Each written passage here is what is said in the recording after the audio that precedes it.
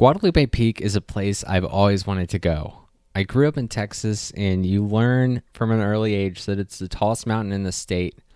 The issue is it's way out west, basically in the middle of nowhere. 7 hours from Austin, 10 hours from Houston. And you can fly to get there, but it's still a 2-hour drive from El Paso, which is the nearest major airport. All that said, I finally got the chance to go out there, and it was worth every bit of effort that went into the trip. So when you start on the drive and you kind of drive west across Texas and you get out of the hill country, and it just gets drier and drier and it's flat and it's just kind of a desolate landscape. But as you get close to Guadalupe Mountains National Park, which is where the peak is, you start to see the mountains in the distance, and it's a very prominent elevation change. It's over 3,000 feet from the entrance and the base camp to the top of the peak.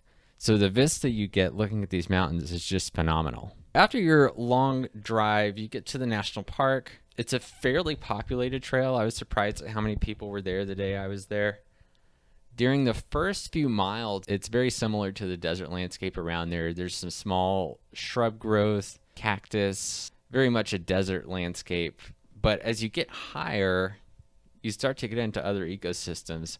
One of the other interesting things about Guadalupe Mountains National Park is it's home to one of the only alpine forests in the state. And so when you get away from the desert floor, you end up in groves of trees. It's just surreal that there's anything like this in the state of Texas. The trail up to the peak is actually very interesting in itself because you get to see these different ecosystems. There's a really cool bridge as you get towards the top. At seemingly every turn, there's a vista to look out at, so you can see out into the desert for miles and miles around. The hike up to the top is actually not that long. It's only 4 miles from the base camp to the peak, but the elevation gain is 3,000 feet, which is a significant elevation change, and it's akin to what you'd find on some hikes in Colorado and places like that.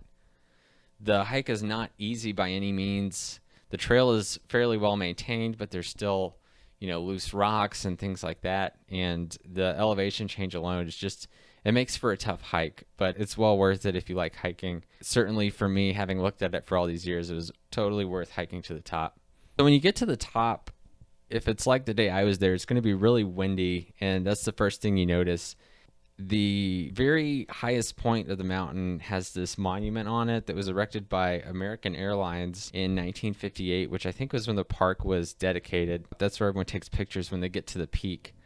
And from the peak, you can look around and you can see out into the desert, but you can also see back into the park. If you look to the north, you can see some of the denser alpine forests that are up there.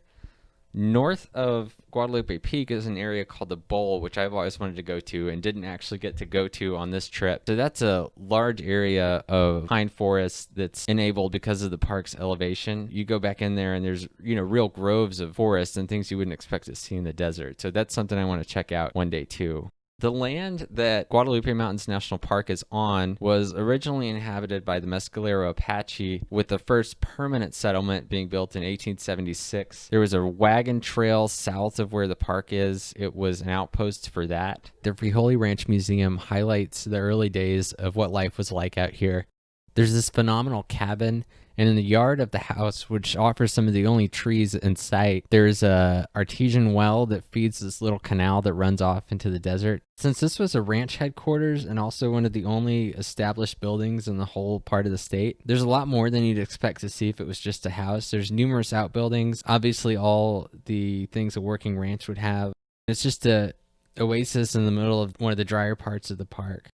One of the other popular places in the park is Mckittrick Canyon, which is on the north side, almost to the New Mexico border. This canyon is most famous for the fall colors, but it's also the home of one of the other old structures in the park, which dates back to 1921. This house was built by a wealthy Houston petroleum engineer as a summer home, and oddly enough, it was constructed entirely of stone. Even the roof is stone, and it's unusual to see anything like this. This was not part of the original park that was dedicated.